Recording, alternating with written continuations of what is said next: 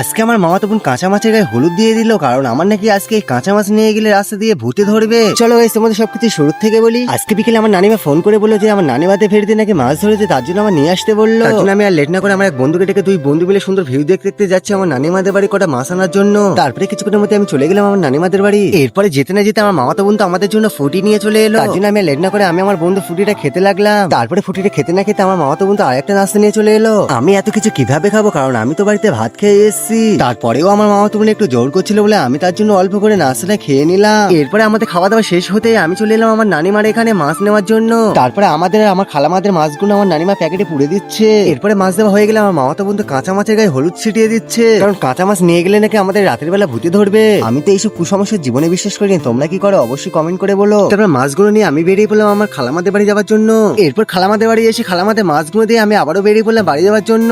তারপর কিছু দূর আসতে আমার বন্ধু বললো আমার বন্ধু নাকি ফুচকা খাবে, তার জন্য দুই বন্ধু মিলে চলে এলাম ফুচকার দোকানে ফুচকা খাওয়ার জন্য।